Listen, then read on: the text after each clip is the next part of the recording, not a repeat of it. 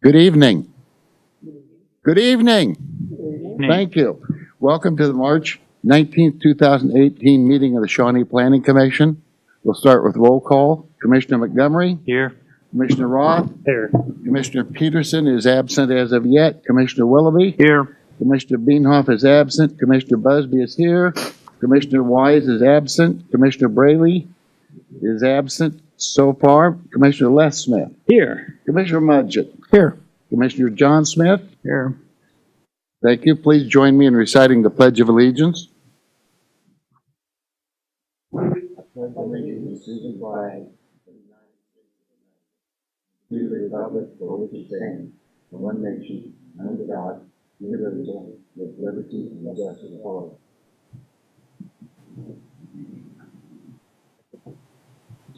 Consent agenda. Items 1 and 2 are listed under the consent items agenda. Unless there is a request to remove one of these items from the consent agenda, the items will be approved in one motion. Is there a request to remove any items from the consent agenda? If not, is there a motion to approve the consent agenda? Commissioner Mudgett? Mr. Chairman, I'd like to make a motion to approve the consent items as listed. Thank you. Is there a second? Second. Commissioner Les Smith, thank you for the second. There's a motion and a second to approve the consent agenda. All in favor say aye. Aye. Opposed, nay. Motion carried. Thank you. Under new business, We'll have a public hearing to consider the land use designation on the land use guide of the comprehensive plan for the area on the south side of Shawnee Mission Parkway between Mauer Road and Renner Road. Also to be considered is a text amendment to the Shawnee Mission Parkway corridor text. Both amendments are located in Chapter 5, Land Use Guide of the Comprehensive Plan. Paul, Commissioner Peterson is here. Thank you. Paul? Paul Chaffee, Planning Director. The Planning Commission at the February 21st meeting authorized publication for a public hearing to be held to consider the land use designation on the land use guide of the comprehensive plan for the area on the south side of Shawnee Mission Parkway between Mauer Road and Renner Road. Also to be considered is a text amendment to Shawnee Mission Parkway corridor text. Both amendments are located in Chapter 5, Land Use Guide of the Comprehensive Plan. The amendment to be considered for the land use guide map is to change the land use designation on the south side of Shawnee Mission Parkway between Mauer Road and Renner Road from office retail to mixed use. The change in designation would encourage creation of developments that would encourage a mix of office, retail, and residential uses. The verbiage in the Shawnee Mission Parkway corridor study is presented for you, and basically what it does is it states that mixed-use developments would be appropriate at the southwest corner of Mauer Road and Shawnee Mission Parkway. An amendment to the comprehensive plan does not rezone a specific parcel or parcels of land. Any request to change the zoning will require notice and a public hearing. An amendment to the comprehensive plan is also not related to a specific site plan for which approval from the Planning Commission is considered. Staff recommends Planning Commission conduct a public hearing on amending the text and map in Chapter 5, Land Use Guide is presented in the staff report. After the conclusion of the public hearing, staff recommends the Planning Commission approve a resolution to adopt the changes and forward them to the governing body for acceptance and inclusion in the city's comprehensive plan. That concludes staff's report. Thank you, Paul. Does the commission have any questions for staff? Paul, I have one question. Could you give me kind of an idea of how long it had been zoned as it is now? The property's been zoned, actually commercial highway, for about 5 years. It's been shown on the land use guide for about 8-9 years for the office service, for office retail. Very good, thank you. Any other questions for staff? Commissioner Montgomery? The area being considered for change to mixed use exceeds the area of the new planned commercial development there. Is that correct? Yeah, it takes a broader view of the whole area there between Mauer and Renner Road to encourage mix of uses in that portion of the community. Would it have any effect on that development? No, it won't have any effect on how development, would occur, other than it opens up some residential opportunities along that area. Thank you. If that's the case, then this is a public hearing item. Does anybody from the public wish to be heard? If you do, please come forward and state your name and address.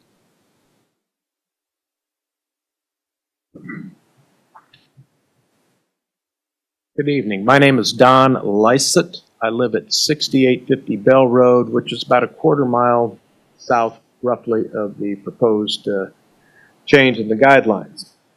I'm here to ask you what I think may be a bit of an unusual request, and that would be to table this motion. And I'm going to explain why I'm going to make that request of you.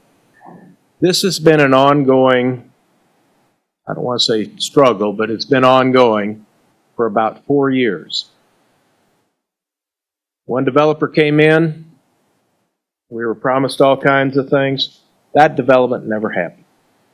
Second developer came in, wanted to have commercial, wanted to have office. We weren't real excited about that. And when I say we, I'm going to speak for the neighborhood, if you will, right now. There is a TIF grant to this property upwards of almost $20 million that we all are going to be paying partially for. And we have been embroiled in this thing for years and years.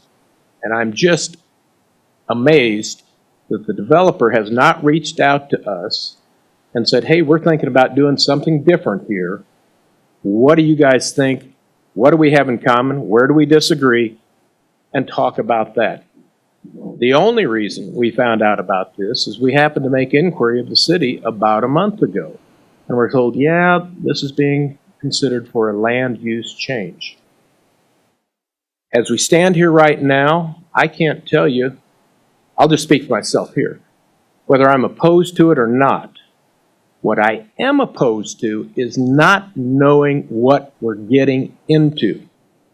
As we stand here right now, and Paul, correct me if I'm wrong, there are no site plans for this, for the old development, let alone the new development. And we, as the people who are going to be directly affected by this, want to know that. We would like to sit down, talk with the developer, and see where we have the common ground. And if we disagree, we disagree. But let's know that up front before everyone gets worked up and exercised and or potential lawsuits. I fully understand that this is just the first step. There will be a rezoning later on, at which time we can file a protest petition. We can do a variety of things. My point being, table this. Let's talk about it, and let's see what's there. We don't know. The big change is the residential. Are we talking about 6-story apartment buildings, 2-story apartment buildings? How many residential? Where located? This property sits up roughly 70 feet above some of the people who will probably speak behind me. And if you get 5, 6 stories up there, you're literally looking down, or could be looking down, depending upon the placement, which of course we don't know, of what's going on here. So we're trying to be proactive. We have some thoughts what might be a good use of the property, or at least be incorporated into the property. But without that conversation with the developer, we don't have, we're forced to take some action that we may not want to take. So the tabling of this thing, I think, is a good idea. This property has sat now for almost 4 years from the time it was the very first project, this is not the first project, come up before the council. I don't think another couple months is going to make a world of difference here. My suspicion is that the problem the developer is running into now is they finally realize the retail thing just doesn't work. We tried to have that conversation early on. We pointed out brick and mortar just isn't happening anymore. That's just my suspicion. But we would ask of you to consider a request to table this matter. And if we come back in 2 months, we come back in 2 months. But in the interim, we can get together with the developer and talk. We actually have a meeting scheduled next week with our representatives and people from the city to talk about this project. Because right now, frankly, again, correct me if I'm wrong, Paul, staff doesn't know anything about this other than they want to make this change. What this change consists of, we don't know. And I think we're entitled to know that before we go into this. So I don't want to be too redundant, but that's all we're asking. A couple months, and maybe if we reach some agreement or work things out, it makes life better for everybody. But this idea of we don't get this information till after the fact is very, very troublesome. And I talked today, actually had an email with City Attorney Ellis Rainey. I don't think anyone knows right now, and my question to him was, how does this change the TIF? And we don't know. He doesn't know. It depends how significant, and how you define significant, how that changes things. So let's look at everything, given the fact this property has sat for so long,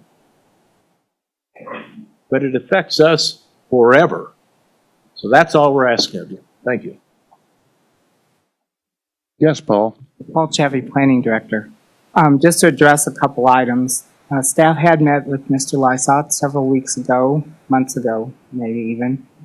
And we had heard nothing from a developer or anything, and let him know that. Then we did get a request from the developer who was looking at maybe adding a residential component. And I believe that the interim city manager was the one who let Mr. Lysott know that that upcoming change was going to occur after the Planning Commission set the date for the public hearing. Second of all, there is a site plan that's been approved for the site. It was approved in September of 2017 for some commercial space and some retail space. And like virtually every piece of ground on the city's land use guide that's currently vacant that carries a land use designation, that's to let a developer on down the line know that this is what we expect to occur. There aren't site plans that are sitting behind all of these designations. Certainly none for the area that we show as mixed use, even north of Shawnee Mission Parkway.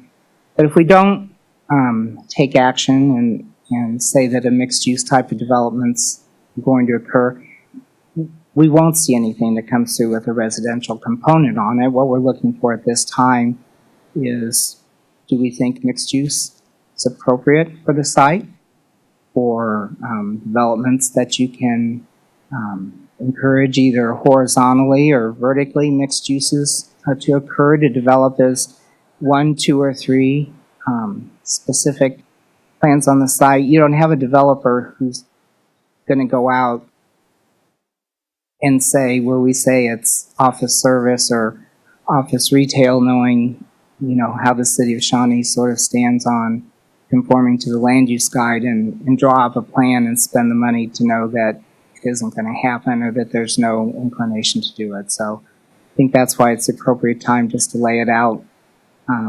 If the current developer is looking at doing something different, to let him know that we'd be open to take a look at it.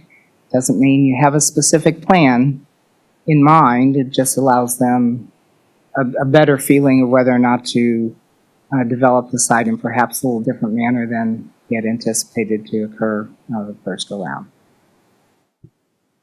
Thank you, Paul. Does anyone else from the audience wish to be heard on this matter?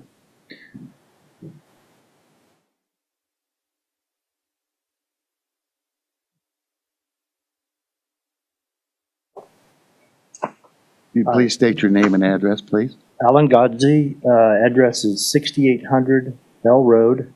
So we would be pretty much adjacent to the corner of one of these properties, and I guess right beside the extended area that was shown on the map that somebody brought up. I heard Mr. Chaffee speaking, and I wanted to clarify one point. This whole thing was initiated by a request from a landowner who owns property in that area. That's what started this whole thing. He wrote a letter, and then Mr. Chaffee kicked it this direction. So this is not part of some comprehensive plan. I'm going to address that a little bit later because I've been reading through, what the process is, and for years Mr. Chaffee said, if you want to know what the plan is, look at the comprehensive plan. So we kind of expect that to be the plan and not, just somebody showing up. First thing I want to talk about is the definition of mixed use / destination, which is what they're changing this to. This is right out of the planning guide. It says, category provides for comprehensive and careful integration of entertainment uses, commercial uses, office uses, and high density residential uses. I think a lot of us have a lot of heartburn with some of these things, especially the high density residential usage part of that. I'm going to read from the comprehensive plan, page 523, and it states, to evaluate future development in this key area, in 2008, the city hired the consulting team of Goulds and Evans and Zimmer Real Estate Services to create a corridor vision plan and market analysis of the I-435 corridor. The resulting document, the I-435 Corridor Land Use Analysis and Market Study, was accepted by the governing body in September of 2009. That's how far this goes back. And then they go on to say, well, there's some mixed use shown there around Shawnee Station.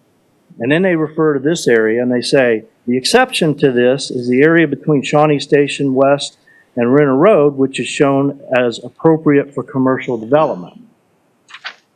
Later, they talk specifically about this area between Renner Road and Mauer, and it says, office uses are indicated on properties directly behind the Shawnee Station Shopping Center, as well as on the south side of Shawnee Mission Parkway between Mauer Road and Renner Road. That's what we're talking about.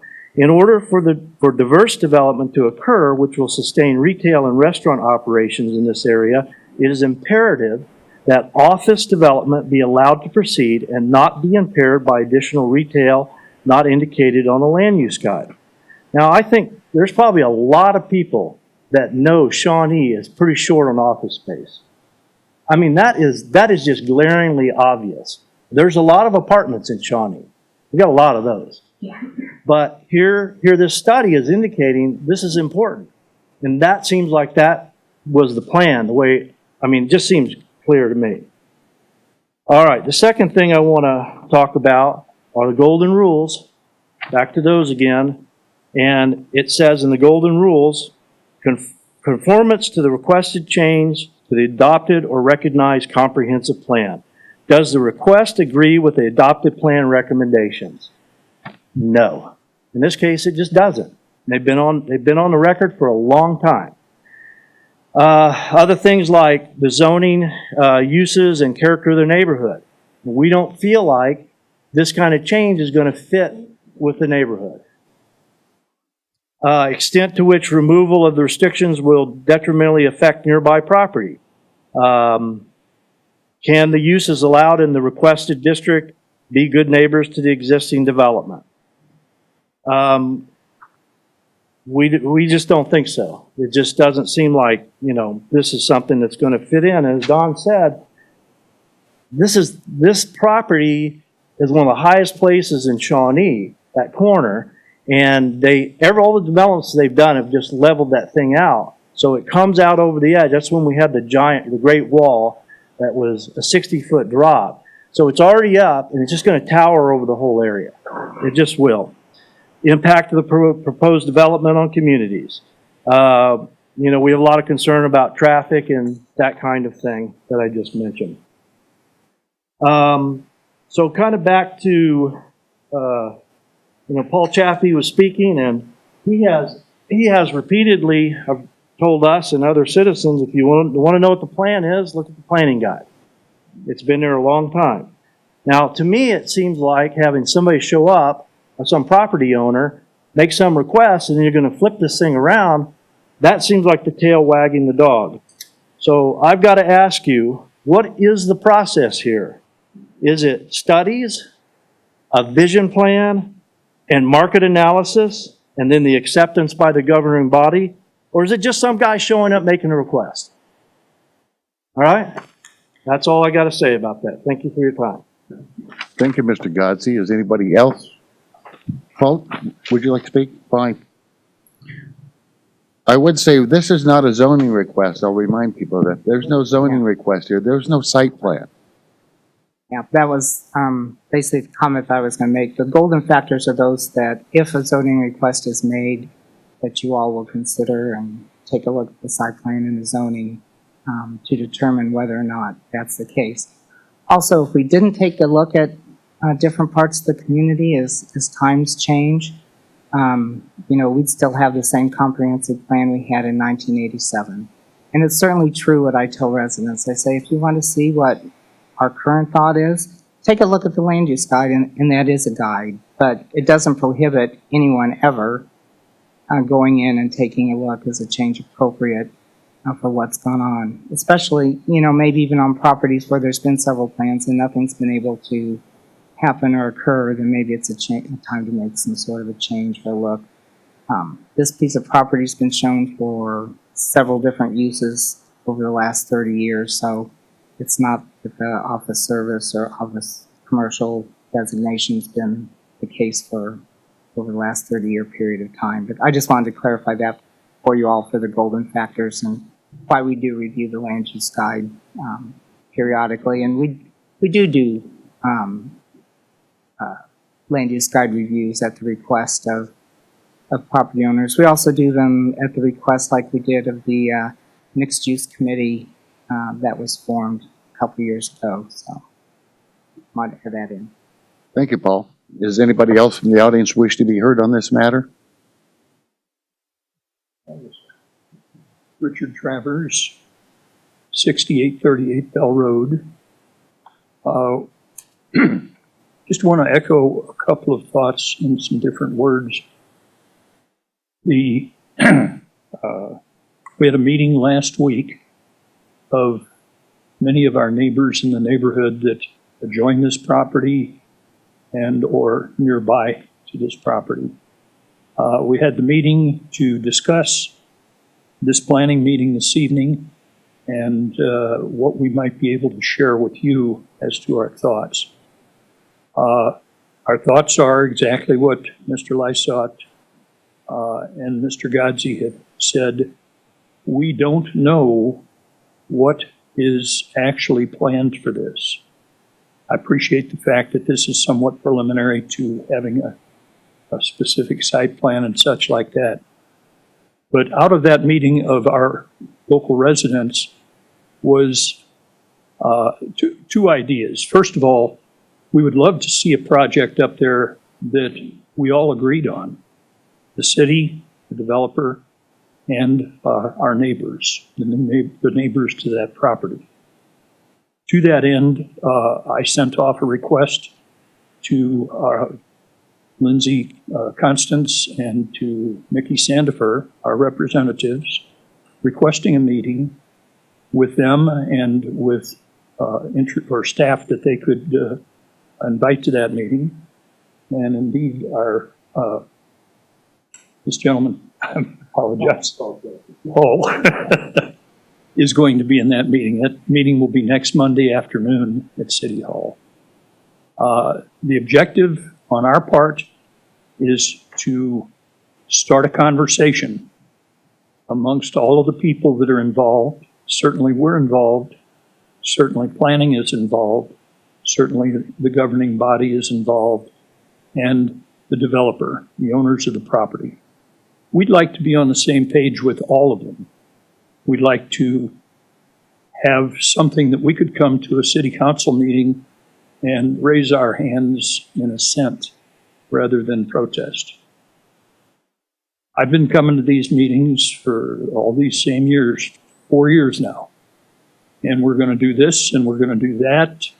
Financing falls through and developers walk away. And no, it can't be done without a huge, huge tax supplement from the city or from some form of government. I was in business for a lot of years. I'm retired now. And I grew a business on my own know-how, my own financing. I didn't seek and didn't get any help from any government body anywhere. And I ran that business successfully for 30 years. I do not understand why. I have a sense of it, but I certainly can't understand why a business can't start up and be successful on its own without having a government entity pick them as a winner. That's the TIF component. Won't go into any more of that. But I do want to let you know that we as a neighborhood are interested in being a part of the planning. We respect your role in this, and we came here this evening to simply share all of that and ask that this not just be moved right along just because somebody asked for it. So I thank you for your time. Thank you, Mr. Travers. Does anybody else care to weigh in on this matter?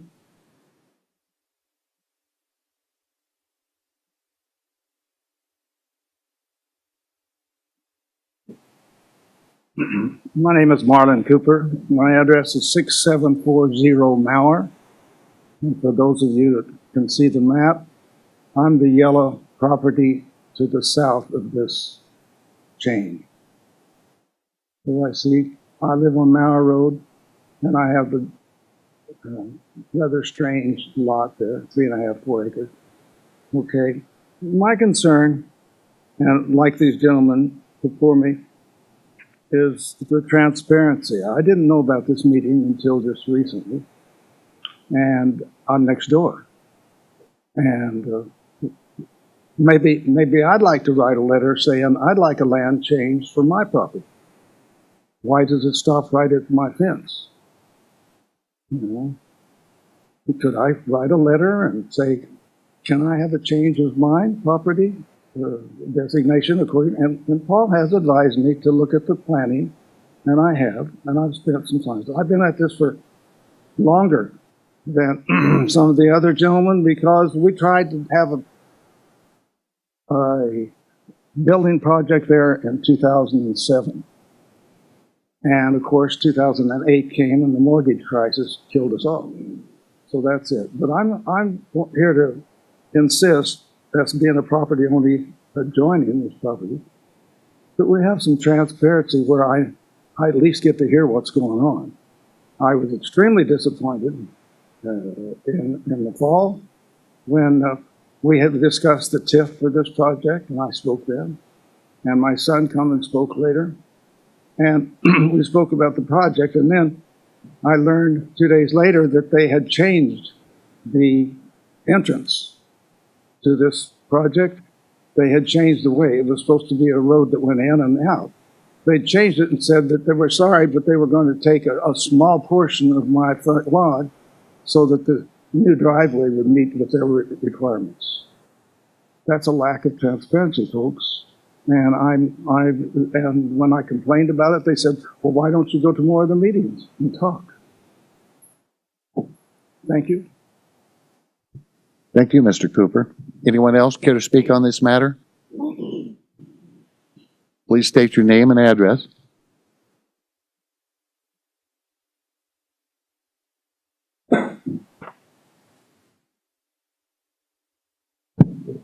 My name is Ray Ehrlichman, 7510 Garnett I'm sorry? Street.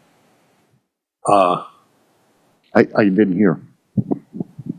my name is Ray Ehrlichman. I'm at 7510 Garnett Street. I do not live in that area, so my perspective on this is a little bit different, but I do agree with just about everything that all the previous speakers said. I'm looking at it from a slightly different point of view. I do agree that the item should be tabled for a lot of reasons. I attended the city council meeting when the developer paraded a bunch of young people who were so happy with his vision about bringing jobs into the area so that they wouldn't have to go up to the legends. Okay. Also listened to a lot of verbosity about how big name destination retailers would come into the area. Big name destination restaurants would come into the area.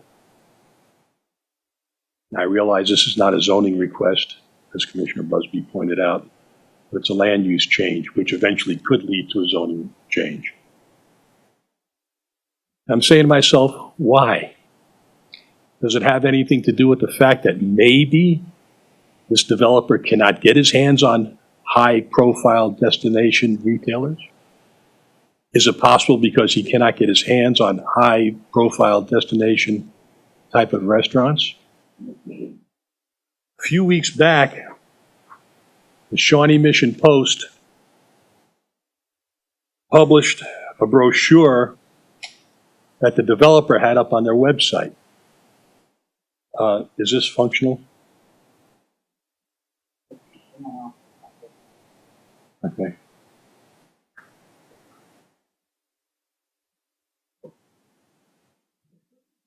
I'm not going to bore you with every page on here. I would like you to see a few things.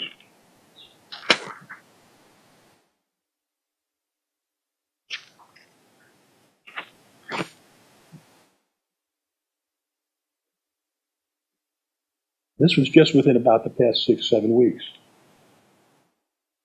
Talking about bringing a Dick's Sporting Goods in? Huh? Talking about bringing a Hobby Lobby in? We just lost a Hobby Lobby. When the Shawnee Dispatch picked up on it after the Shawnee Mission Post, the developer supposedly said something to the effect that, oh, it wasn't supposed to be on their website, but it was there for about 3 weeks. Ironically, part of the brochure, and I'm not saying anybody's playing games, just look at it for yourself, had this. So one page of his brochure, he shows Dick's Sporting Goods, which isn't going to happen, in the Hobby Lobby. But when he shows other retail around, he doesn't indicate that there's a Dick's Sporting Goods up there. And he doesn't indicate that down here by IKEA is that brand new Hobby Lobby, which was a consolidation of the one that used to be in Shawnee and another one that was in was it Merriam or Mission over there by the post office. I get those, they run too close to each other. There's Mission, right by IKEA. So what's the developer doing? I'm really leery of him. That's why I'm here tonight. I usually speak to the council. It's my first time in front of the planning commission, so bear with me, please. History lesson time. 2015. CBC Realty, which had it as Shawnee Landing, which never materialized. They also had a Dick's Sporting Goods listed. And the way that this became public knowledge was that a former councilman who was running for mayor at that time, Jeff Vaught, broke it out on his campaign website before it was, quote, brought out to the general public. So you folks have probably heard enough of me this evening. But I will say this. Again, I do not look at this at the same perspective as these folks. I really think they've got a lot of valid arguments about transparency, about sitting down and talking about and finding out what's going on. But I do question some of the statements that have been made by the developer, for what it's worth. Thank you very much. Thank you, Mr. Ehrlichman. Anyone else from the audience care to be heard on this matter? If not, then is there a motion to close the public hearing? Commissioner John Smith, I move that the planning commission close the public hearing. is there a second on the matter? There's a second. Commissioner Montgomery? Second. Motion and a second to close the public hearing. All in favor say aye. Aye. Opposed, nay. Motion carried. Thank you. So now I guess we would be in commission discussion.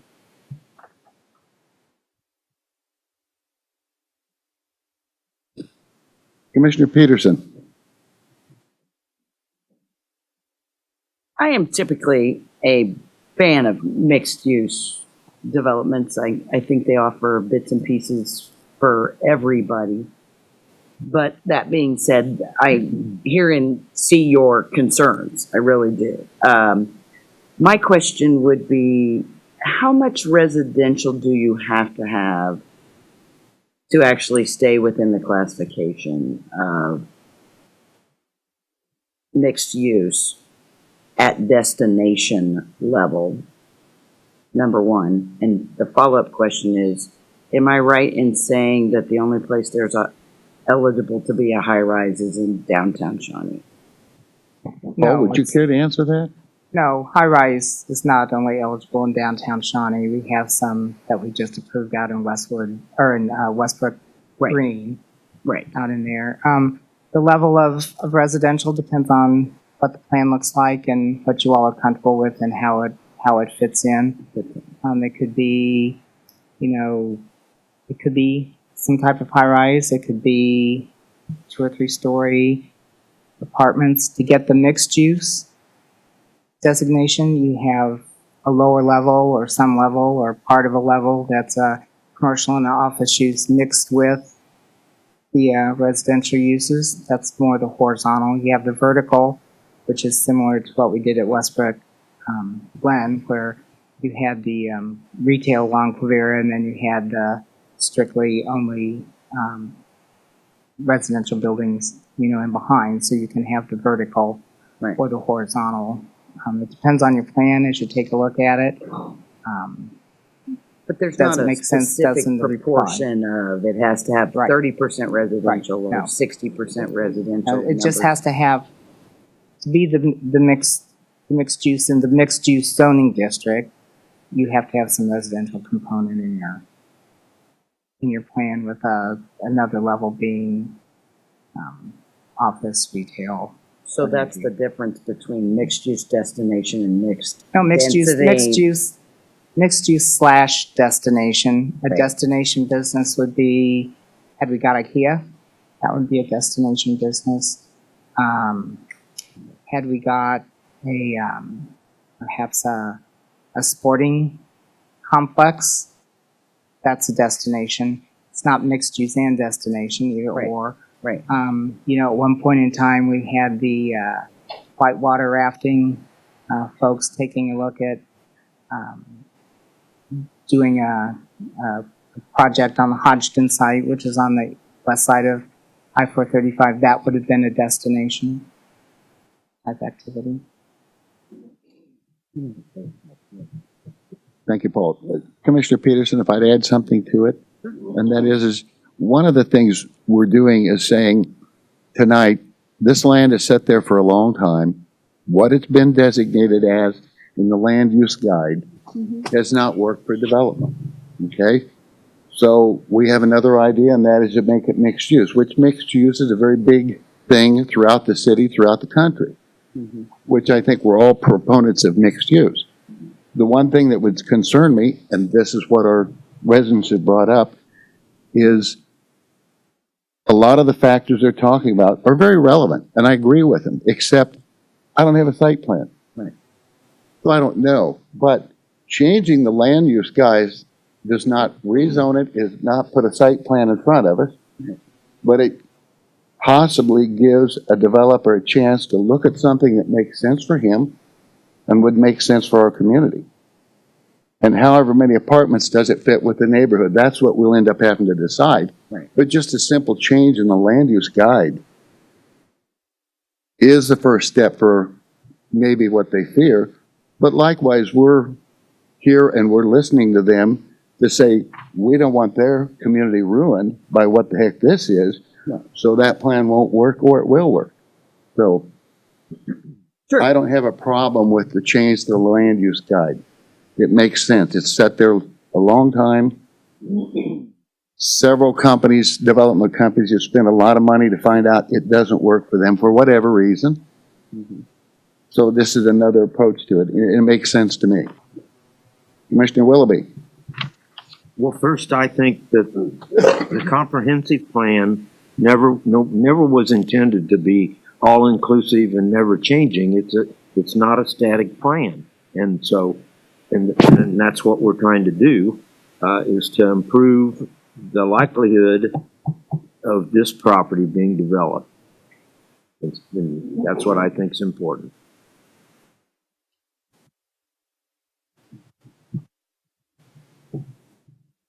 Commissioner Mudgett. Thank you, Mr. Chairman. I just wanted to say thank you for everyone who came out to speak. We definitely appreciate your comments and making the efforts to be here. We don't decide anything in a vacuum. We want you guys to be informed. I want to be informed as a citizen. I want transparency. So we definitely appreciate your comments from Don and Alan and Richard and Marlon and Ray. Thank you for doing that. And I agree with what you're saying, Chairman Busby. The land use guide is just that. It's a guide. And the market is going to tell us what kind of developments are out there, and they are very much active in the mixed-use marketplace. We see it here locally. We've had folks take a look at Shawnee before, and we know that they've moved on to other locations not too far away and decided to build there. I think it's important for us to not miss opportunities for developments here in Shawnee. And if making a simple change to the guide, letting developers know that we're open to consider those kind of developments and all the additional steps that are going to have to be taken by those developers as they present site plans to us, is a smart move on our part. Thank you. Commissioner Les Smith? Thank you, Mr. Chairman. Commissioner, I appreciate one other thing, and that is that we had some civil discourse, and we weren't yelled and screamed at for change. So I really appreciate that part. I like that part, sure. Yeah, I mean, you know, that being that any rezoning that comes forward has to somewhat comply substantially with the comprehensive plan, obviously, is kind of opening this to a bit more of a game with potential residential and high-density residential, if it comes to that. But I look at it a little bit differently. I'm going to say the same thing, but in a different way. And that is, you know, when I look at a project like this, we have a box, and we're telling the developer any developer what can fit in that box. All we're doing is expanding that box a little bit, giving a potential developer more options, more room to maneuver as he's trying to put a project together that might make financial sense for all of us, including all of us residents. So that's kind of how I look at it. I understand what the folks are saying. I know what they're saying. I know why they're saying it. And I get it. I think, though, we have some obligation to at least try to attract the best possible plan, and we can fight it down the road, and we may disagree with it down the road. But the way to attract the most advantageous plan for all of us, and a good plan, is to open the options that for any developer that might come along. That's why I think I need to support this. Very fine. Commissioner Montgomery? I mostly agree. It's important to reiterate the point that we're not looking at a particular project. In my mind, what we're trying to decide is conceptually, does mixed-use development make sense for this area that we're looking at?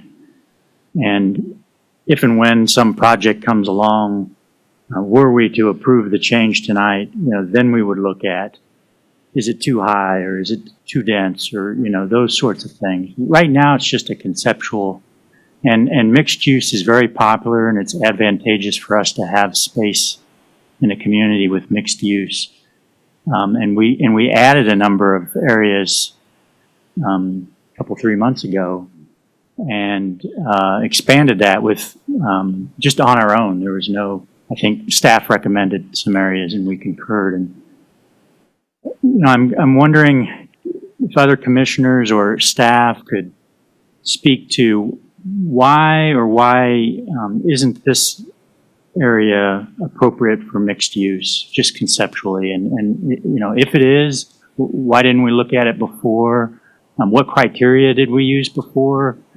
You know, maybe it was just an oversight then, but that's what I'm trying to get my head around, and I don't know if staff has any comments on, could elaborate any more on why they're recommending this, and or commissioner opinions. I'd love to hear this. Yeah, I think we take a look at, from the point of standing of the land use guide, how long has the property just been vacant, or how many runs have been made at it and it doesn't work? So do we need to try and do something a little different, or encourage a developer to do something a little different?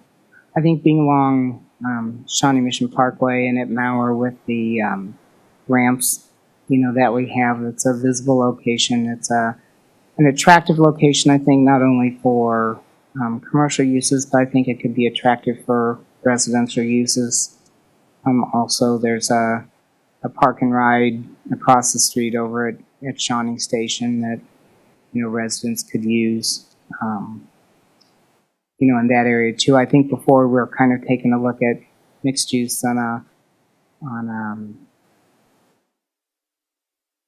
east side and on the west side, and really didn't, you know, take a look more in the middle. I know that the development we expect to happen north of Shawnee Mission Park will be something more on a large scale, you know, more than 20 or 40 acres. We've got a huge site that at one point had been zoned for a mall, and then we had about the same size acreage south of that, you know, to be developed in some sort of manner. So if this is a smaller, more compact piece, and I think we just need to figure out what's the best way. And so here's something different for something that doesn't seem to have been able to work before. Thank you, Paul. Any other questions or comments? Mr. Chairman, Commissioner Les Smith. if I could, I just wanted to say, there's one thing keeps coming back to my mind, and I'm going to guess that the residents are concerned about two things. One is, if it's high-density residential, what does that mean? And that immediately means apartments to most folks. And the second thing is 5, 6 stories towering over their properties. And that makes a lot of sense also. It's going to have to be some really compelling reasons if a developer comes back, at least for me to look at something that's going to have that big of an impact on these people's quality of life. That being said, I still believe we need to open the menu, if you will. Thank you. If there's no other comments, if we could have a motion on the item?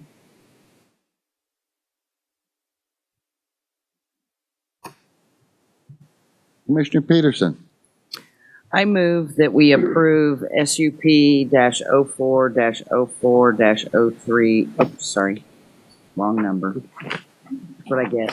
Actually, it's, Kathy, it's, No, I approved the amendment to the comprehensive plan, chapter 5 land use guide, text and map. From current designation to proposed land use of mixed use / destination. that take care of it? So are we technically authorizing the chairman to execute a resolution to do that? I'm sorry? Yes. Okay. I'm just clarifying something with the, Yeah. with the motion. Is there the map and the text? Yeah. All right. There's a motion. Is there a second? Commissioner Willoughby? The motion and a second to approve to change the land use guide per staff recommendations, including the text and the map in chapter 5. All in favor say aye. Aye. Opposed, nay. Motion carried. Thank you. Next on the agenda, SUP 010903, withdrawal of special use permit issued to Kelly. Did I skip one? I'm sorry. I'm sorry? I see it. Okay, public hearing. No. Consideration of SUP 051803, special use permit for the Learning Center, a child care facility to be located at 11031 West 75th Terrace. Doug?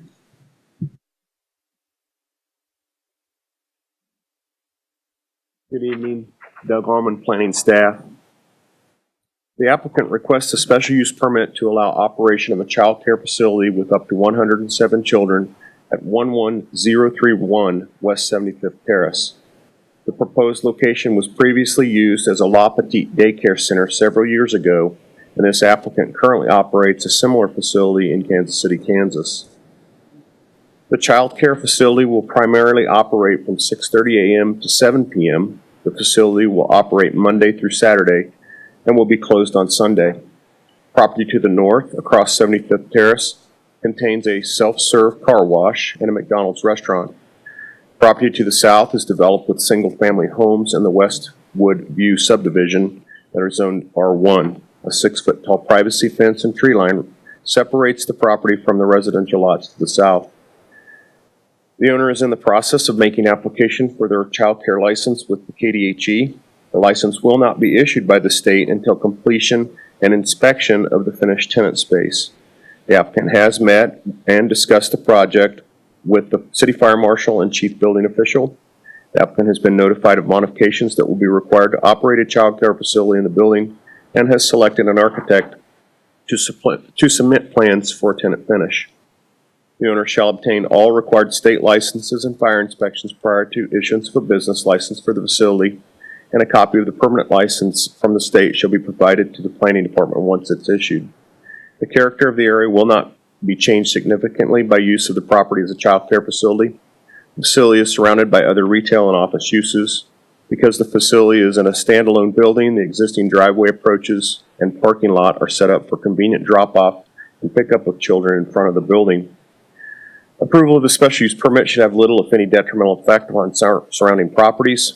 The outdoor play area is fenced, and the play area is further buffered from residences to the south by a privacy fence and tree line. The building was used as a child care facility in the past without incident.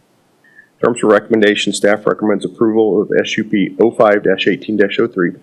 Special use permit for the learning, it should say curve, I apologize for that. The learning curve, a child care facility to be located at 11031 West 75th Terrace, subject to the following conditions. Number one, the child care facility will operate primarily from 6:30 a.m. to 7 p.m. Monday through Saturday. The number of children present at the center shall not exceed 107 at any one time. If the permanent license issued by the state reflects a lesser number, then the maximum capacity shall be lowered to the number allowed by the KDHE. 2, the owner shall obtain and maintain a valid business license from the city clerk's office while the facility is in operation. 3, wall signage is only allowed on the north building elevation. Wall signage may not project above the primary roof line. Any signage installed shall meet requirements of SMC Chapter 5.64, and a sign permit shall be obtained from the planning department prior to installation of signage on the building. Number 4, the owner shall obtain all required state licenses and fire inspections prior to issuance of a business license. All fire safety improvements required by the Shawnee Fire Department shall be completed prior to issuance of an occupational license or opening of the facility to the public. A copy of the permanent state license and subsequent annual fire inspection report shall be submitted to the planning department once they are obtained. Lastly, number 5, review of the special use permit in 1 year. That completes our report. Thank you, Doug. Is the applicant present? If you come forward and state your name and address, please.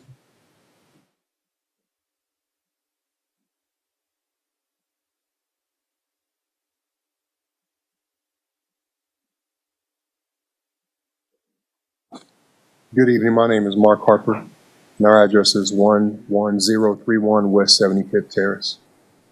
And I'm Tiffany Harper.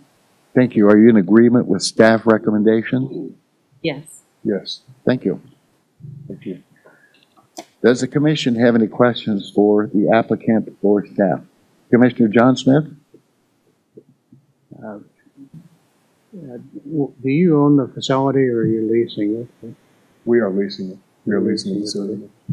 I drove up over there and the parking lot looks like it's in pretty poor shape. Are you going to address that too? The parking lot will be addressed also.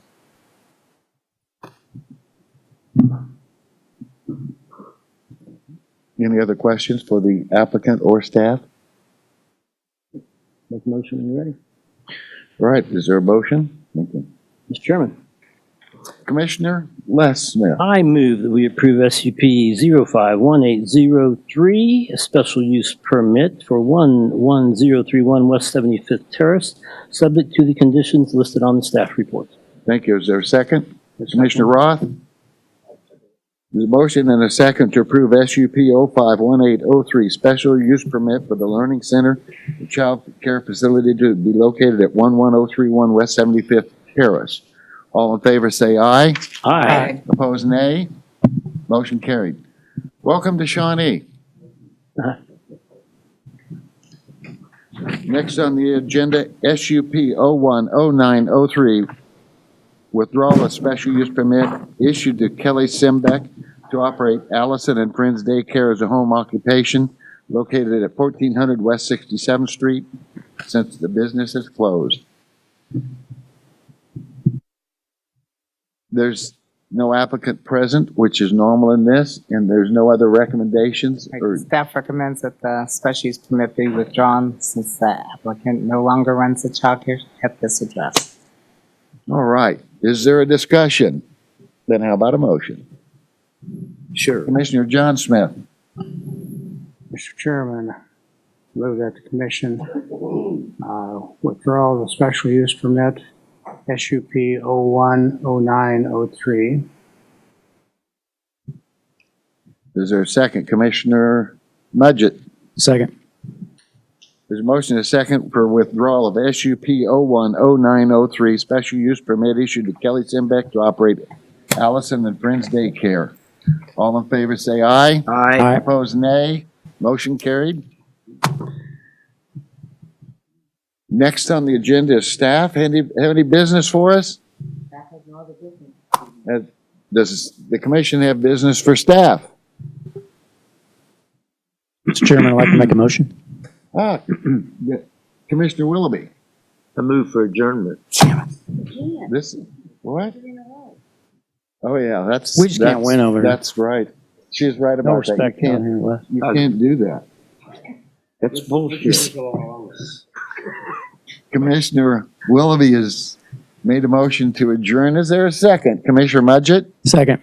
Motion is second to adjourn. All in favor, say aye. Aye. Opposed, nay.